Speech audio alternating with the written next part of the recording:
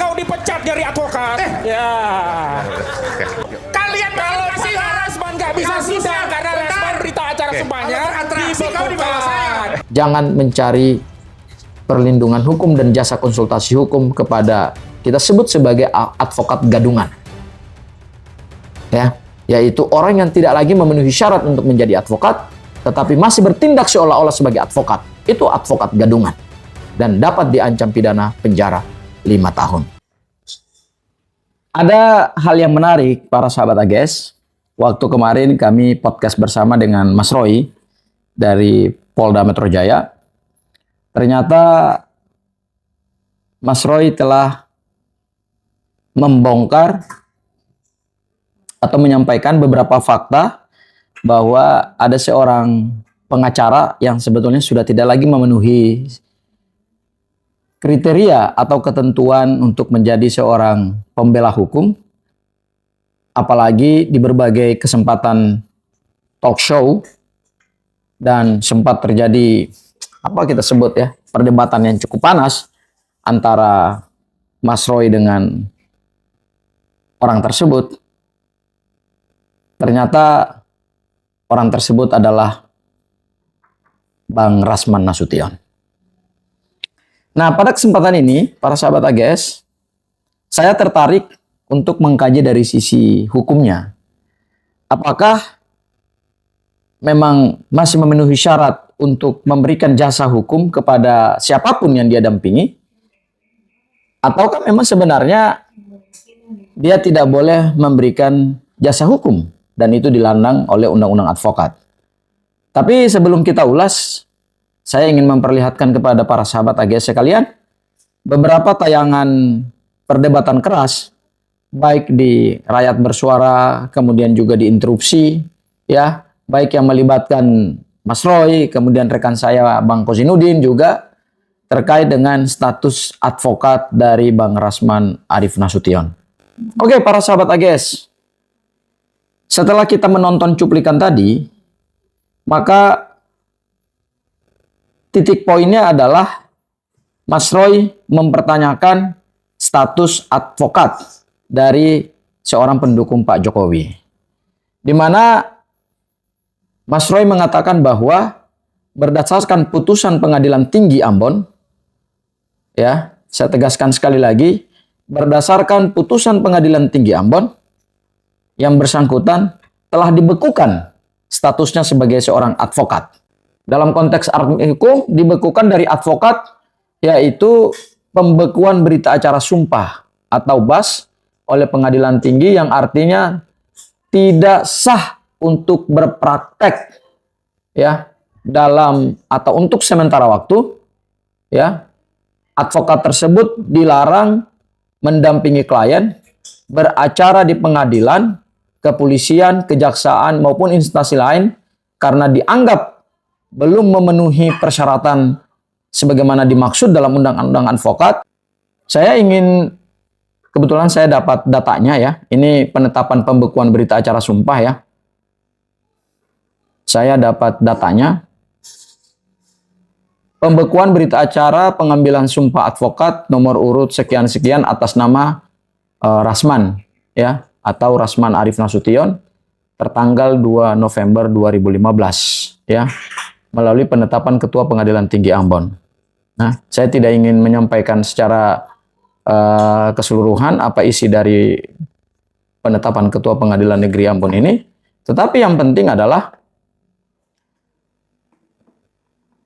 bahwa berdasarkan pertimbangan hukum, kalau kita lihat di diktum menimbangnya, bahwa berdasarkan pertimbangan hukum sebagaimana tersebut di atas, maka perlu diterbitkan penetapan mengenai pembekuan berita acara pengambilan sumpah advokat nomor urut sekian-sekian atas nama Rasman Arif Nasution mulai tanggal 2 November 2015. Itu yang saya dapatkan informasinya ya, dan kemarin Mas Roy sudah mempresentasikan itu atau menyampaikan itu kepada halayak publik di Polda Metro Jaya ya.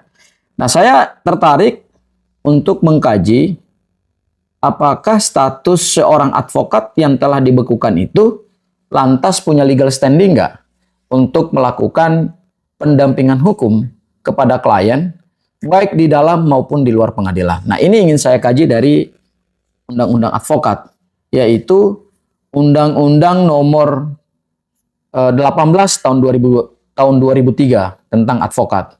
Kalau kita lihat Undang-Undang Advokat, ya, maka advokat itu adalah orang yang berprofesi.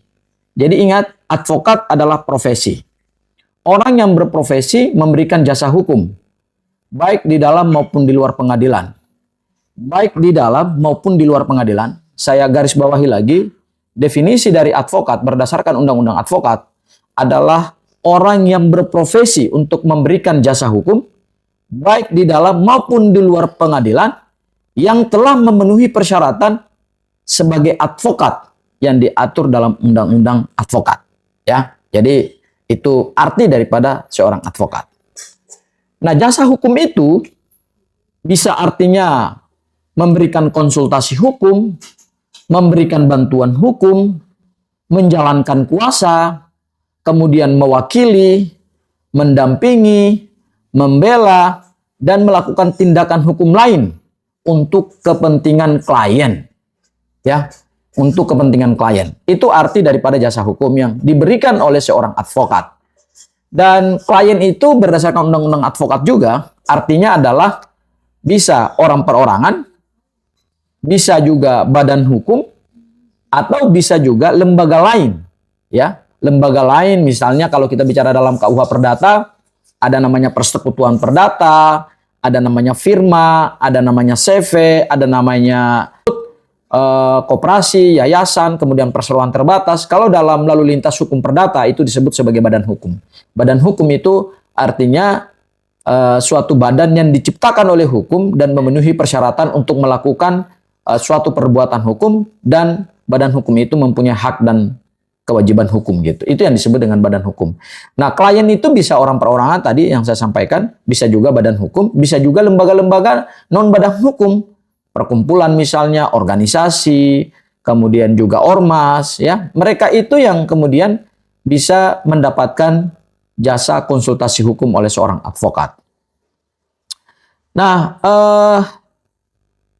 untuk menjadi seorang advokat, para sahabat AGS sekalian, maka harus memenuhi persyaratan yang diatur oleh Undang-Undang Advokat, ya. Dan ini diatur dalam pasal 3 Undang-Undang Advokat, yaitu tentu harus warga negara Republik Indonesia, bertempat tinggal di Indonesia, kemudian tidak berstatus sebagai PNS. Jadi kalau ada yang bercita-cita ingin menjadi advokat, tapi berstatusnya sebagai PNS, maka harus mengundurkan diri dulu dari PNS, kemudian beralih untuk menjadi seorang advokat. Berusia sekurang-kurangnya 25 tahun, kemudian berijazah sarjana hukum, kemudian lulus ujian yang diadakan oleh organisasi advokat. Nah, ini yang penting ini. Lulus ujian yang diadakan oleh organisasi advokat. Jadi ketika seorang mahasiswa fakultas hukum selesai dari universitas, kemudian dia ingin menjadi advokat, maka dia harus lulus dulu dari universitas, kemudian dia melakukan magang, ya, dan kemudian setelah itu dia ikut ujian profesi advokat dan harus dinyatakan lulus. Kemudian juga tidak pernah dipidana, ya, dengan ancaman pidana di atas 5 tahun penjara. Kemudian berperilaku baik, jujur, bertanggung jawab, adil, mempunyai integritas tinggi. Dan yang satu lagi adalah advokat tersebut harus diambil sumpahnya oleh pengadilan tinggi, ya. Jadi setelah kita menjadi sarjana hukum, kita lulus ujian profesi advokat, maka sah tidaknya kita menjadi seorang advokat untuk berpraktek dan beracara di pengadilan maupun di luar pengadilan itu adalah kita diambil sumpah sebagai advokat. Ya. Nah, ini menarik sahabat AG sekalian. Pengambilan sumpah seorang advokat itu adalah sesuatu yang sangat-sangat penting. Karena kenapa? Karena itu adalah janji seorang advokat di hadapan negara dan di hadapan Tuhan disaksikan oleh negara. Yaitu diatur di mana? Di pasal 4 Undang-Undang Advokat. Sebelum menjalankan profesinya, advokat wajib bersumpah menurut agamanya dan berjanji dengan sungguh-sungguh di sidang terbuka pengadilan tinggi di wilayah domisili hukumnya. Ya. Kemudian sumpahnya itu adalah, demi Allah saya bersumpah bahwa saya akan memegang teguh dan mengamalkan Pancasila sebagai dasar negara dan Undang-Undang Dasar 1945. Kemudian bahwa saya untuk memperoleh profesi ini langsung atau tidak langsung dengan menggunakan nama atau cara apapun juga tidak memberikan atau menjanjikan barang sesuatu kepada siapapun. Kemudian bahwa saya dalam menjalankan tugas profesi ini sebagai pemberi jasa hukum atau bertindak jujur, akan bertindak jujur, adil, dan bertanggung jawab berdasarkan hukum dan keadilan. Dan bahwa saya dalam menjalankan tugas profesi, baik di dalam maupun di luar pengadilan. Berarti jelas, seorang advokat yang sah adalah advokat yang menjalankan tugas dan fungsinya baik di dalam pengadilan maupun di luar pengadilan. Ya, jadi sumpahnya tadi bahwa saya dalam menjalankan tugas profesi di dalam dan atau di luar pengadilan tidak akan memberikan atau menjanjikan sesuatu kepada hakim, pejabat pengadilan atau pejabat lainnya agar memenangkan atau menguntungkan bagi para klien yang sedang atau akan saya tangani. Nah, ini adalah sumpah seorang advokat. Ya, dan sumpah inilah yang kemudian melahirkan namanya berita acara sumpah. Ya. Nah, para sahabat AGS sekalian, ada yang menarik. Tadi di awal pembuka saya sudah sampaikan berdasarkan apa yang kemarin disampaikan Mas Roy di Polda Metro Jaya, bahwa salah satu lawan berseteru yang cukup, saya bilang cukup alot ya, kalau di berbagai media mainstream ya, salah satu pendukung Pak Jokowi yang cukup alot gitu dalam memberikan argumentasi perlawanan terhadap hasil penelitiannya Mas Roy dalam mengungkap dugaan ijazah palsu Pak Joko Widodo, yaitu Bang Rasman Arif Nasution. Nah, ternyata Bang Rasman ini berita acara sumpahnya tadi sudah dibekukan. Lantas bagaimana dengan statusnya sebagai dia sebagai advokat? Tentu berdasarkan Undang-Undang 18/2003 tentang advokat tadi yang saya sampaikan, maka Bang Rasman saat ini tidak lagi sah menyandang status sebagai seorang advokat. Tidak lagi punya legal standing untuk bertindak dan atas nama siapapun. Kliennya tadi yang saya disebut, klien itu bisa perorangan, bisa badan hukum, bisa organisasi lainnya, bisa persekutuan perdata lainnya gitu ya. Tidak lagi punya legal standing ya untuk mendampingi para kliennya baik di dalam maupun di luar pengadilan. Ya, ini saya tegaskan sekali lagi, baik di dalam maupun di luar pengadilan. Oleh karena itu, jika ada seorang advokat yang telah dibekukan misalnya, atau tidak memenuhi persyaratan untuk menjadi advokat misalnya, atau belum pernah diangkat dan disumpah menjadi advokat, ya, atau seseorang yang mengaku-ngaku sebagai seorang advokat, ya, lantas memberikan jasa hukum, jasa konsultasi hukum kepada para kliennya, baik di dalam maupun di luar pengadilan, dan tidak memenuhi persyaratan yang dimaksud dalam Undang-Undang Advokat, maka ada satu ketentuan pasal yang saya sebut cukup mengerikan, yaitu ketentuan pidana yang diatur dalam pasal 31. Ya, sekali lagi saya sebutkan bahwa jika ada seorang yang tidak memenuhi persyaratan sebagai advokat, atau berita acara sumpahnya dibekukan, ya, yang berasal dari pemecatan dari organisasi advokatnya, kemudian berpraktek seolah-olah sebagai seorang advokat yang sah secara hukum berdasarkan Undang-Undang Nomor 18/2003, tidak memenuhi persyaratan itu lagi, maka ada ketentuan pidana yang cukup mengerikan ya. Ini cukup mengerikan ya, karena memang diatur di dalam hukum negara, yaitu di bab 11 ketentuan pidana pasal 31. Apa itu bunyi kaidah hukumnya? Saya bacakan saja bunyi kaidah hukumnya. Setiap orang yang dengan sengaja, ya, setiap orang yang dengan sengaja menjalankan pekerjaan profesi advokat dan bertindak seolah-olah sebagai advokat, tetapi bukan advokat sebagaimana diatur dalam undang-undang ini, undang-undang advokat, dipidana dengan pidana penjara paling lama 5 tahun. Nah, itu ketentuan pidananya itu. Ya. Setiap orang itu artinya kalau kita belajar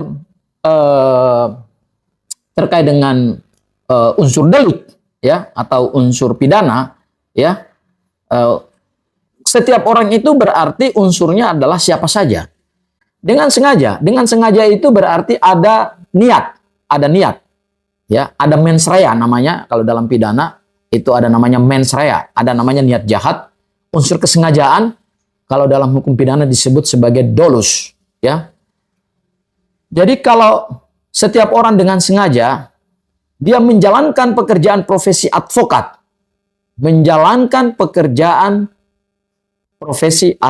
tadi advokat adalah profesi di mana dia memberikan jasa konsultasi hukum kepada kliennya baik di dalam maupun di luar pengadilan dan bertindak seolah-olah. Nah, ini unsur yang paling krusial ini. Dan bertindak seolah-olah. Seolah-olah itu berarti orang tersebut tidak memenuhi persyaratan yang diatur dalam undang-undang. Orang tersebut tidak memenuhi ketentuan untuk menjadi seorang advokat sehingga dia punya legal standing untuk berpraktek dan beracara di pengadilan maupun di luar pengadilan. Ya, jadi seolah-olah itu kita tafsirkan ya bahwa itu bukan sesuatu yang benar. Ya, itu bukan sesuatu yang benar. Seolah-olah itu sesuatu yang tidak nyata tapi seolah-olah nyata atau sesuatu yang dinilai benar ya. Kita cari apa arti kata seolah-olah dalam Kamus Besar Bahasa Indonesia. Ya, supaya kita punya penafsiran yang tepat gitu. Seolah-olah berarti seakan-akan, sepertinya, ya. Frasa ini digunakan untuk menggambarkan sesuatu yang tampak atau terasa seperti kenyataan, padahal sebenarnya tidak demikian. Ya, jadi frasa seolah-olah tadi artinya seperti satu kenyataan, tetapi sebenarnya tidak demikian. Kalau kita kembali lagi kepada ketentuan pasal 31 Undang-Undang Advokat tadi, maka setiap orang yang dengan sengaja menjalankan pekerjaan profesi advokat dan bertindak seolah-olah sebagai advokat, tetapi bukan advokat, ditegaskan lagi oleh pasal 31 Undang-Undang Advokat, tetapi bukan advokat, maka diancam pidana penjara 5 tahun. Nah, ini yang mengerikan ini. Ya, artinya tidak boleh seseorang itu mengaku-ngaku sebagai seorang advokat, padahal tidak lagi punya legal standing sebagai advokat, apalagi mendampingi klien baik di dalam pengadilan maupun di luar pengadilan, menerima kuasa, ya, itu bisa diancam pidana, gitu ya, 5 tahun penjara.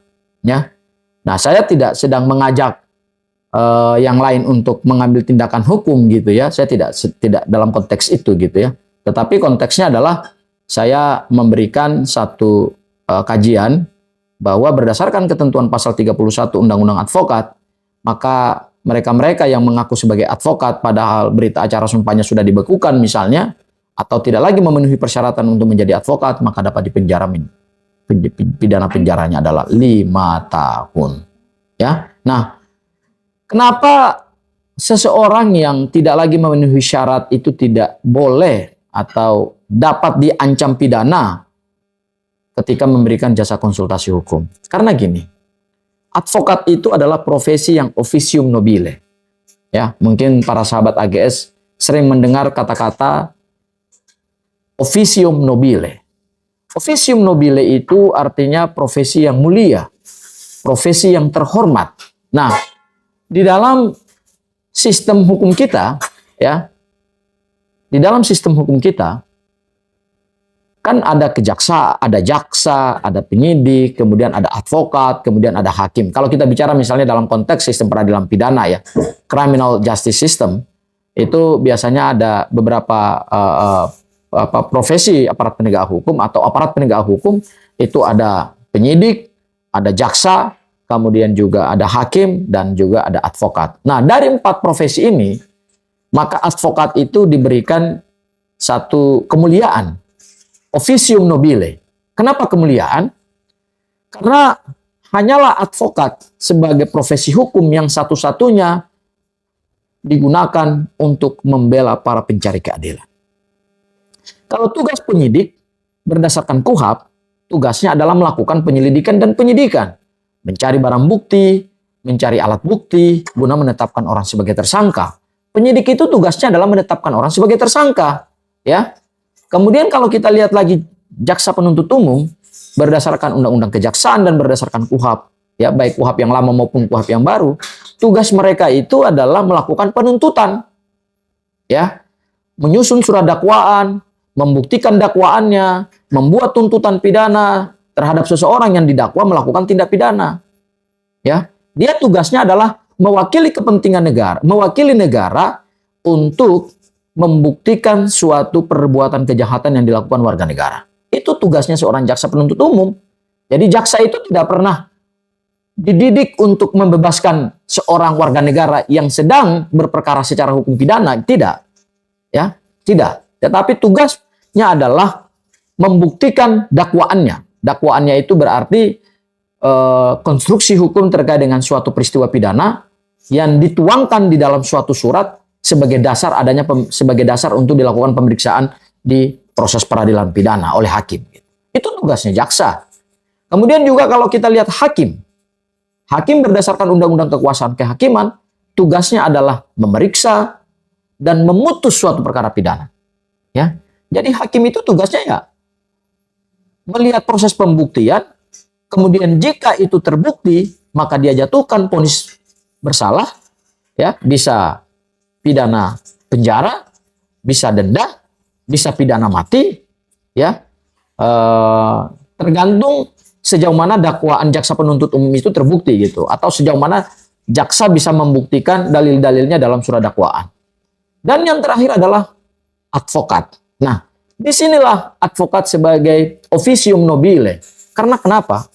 Karena seorang advokat ketika memberikan jasa konsultasi hukum kepada seorang pencari keadilan, maka dia tidak lagi melihat kepada apakah orang ini bersalah atau tidak bersalah. Ya, dia tidak lagi melihat di situ. Apakah orang ini nantinya terbukti bersalah atau tidak bersalah, itu soal yang lain.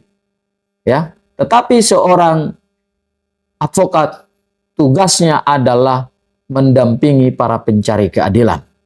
Bahwa kemudian dia nanti dinyatakan bersalah, itu soal lain. Karena kenapa? Tugas seorang advokat kepada kliennya adalah memastikan bahwa proses hukum itu berjalan fair.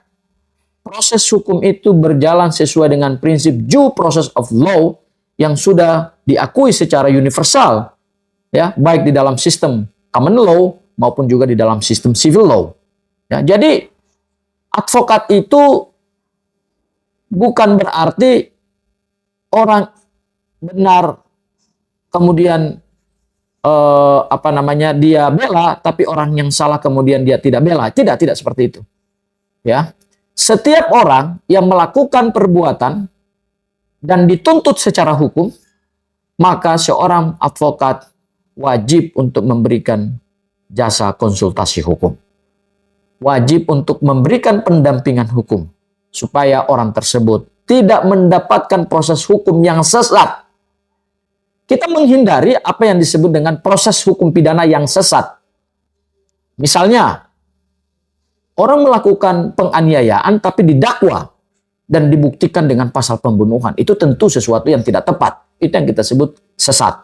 Ya, orang nyata-nyata mencuri di siang hari, tetapi kemudian dituduh mencuri di malam hari. Ada konsekuensi hukum yang berbeda. Ya, kalau kita bicara pencurian, ada namanya pencurian dengan pemberatan misalnya. Orang yang mencuri di malam hari dan orang yang mencuri di siang hari itu hukumannya berbeda. Apalagi orang yang mencuri dalam keadaan darurat, dalam keadaan bencana misalnya. Itu juga hukumannya berbeda. Masa orang mencuri di siang hari tapi oleh penyidik dan oleh jaksa kemudian dituduh mencuri di malam hari. Sehingga yang terjadi apa? Hukumannya akan berbeda. Atau juga terjadi perkelahian. Ya. Orang sebenarnya berkelahi biasa, tetapi barangkali dalam perjalanan ke rumah sakit dia meninggal dunia. Apakah itu pembunuhan? Nah, itu belum tentu. Itu bukan pembunuhan. Itu penganiayaan yang mengakibatkan matinya orang. Nah, hal-hal yang seperti ini yang harus dibela oleh seorang pengacara. Dalam konteks kasusnya Mas Roy misalnya, ada dugaan Mas Roy, Dr. Tifa, melakukan pengeditan dokumen pasal 32 dan pasal 35. Apakah mereka melakukan itu? Sementara yang mereka lakukan adalah mereka hanya meneliti, tidak mengubah dokumen elektronik itu gitu. Nah, ini yang perlu dibela. Sehingga fungsi seorang advokat sebagai profesi yang officium nobile tadi, profesi yang mulia dan terhormat tadi, ya, tugasnya adalah melakukan pendampingan hukum, memastikan proses hukum itu berjalan dengan fair, memastikan tidak ada pelanggaran hak asasi manusia, memastikan tidak ada pelanggaran hak-hak seorang tersangka, hak-hak seorang terdakwa, dan memastikan proses peradilan pidana itu berjalan sesuai dengan hukum yang adil yang telah ditentukan oleh KUHP. Tidak ada abuse of power di dalamnya. Tidak ada penyalahgunaan kewenangan, baik kewenangan penyidik, kewenangan jaksa, termasuk juga kewenangan hakim. Makanya kemudian advokat itu sebagai check and balance di dalam sistem peradilan pidana kita. Nah, makanya kalau ada advokat yang kemudian bertindak seolah-olah sebagai advokat dan melanggar ketentuan persyaratan atau syarat menjadi seorang advokat yang boleh bertindak di dalam dan di luar pengadilan, ya, kemudian tidak lagi sah, dicabut dibekukan berita acara sumpahnya, dipecat dari organisasi profesinya gitu. Maka berdasarkan Undang-Undang Advokat di pasal 31 dapat diancam pidana 5 tahun penjara. Ya. Nah, ini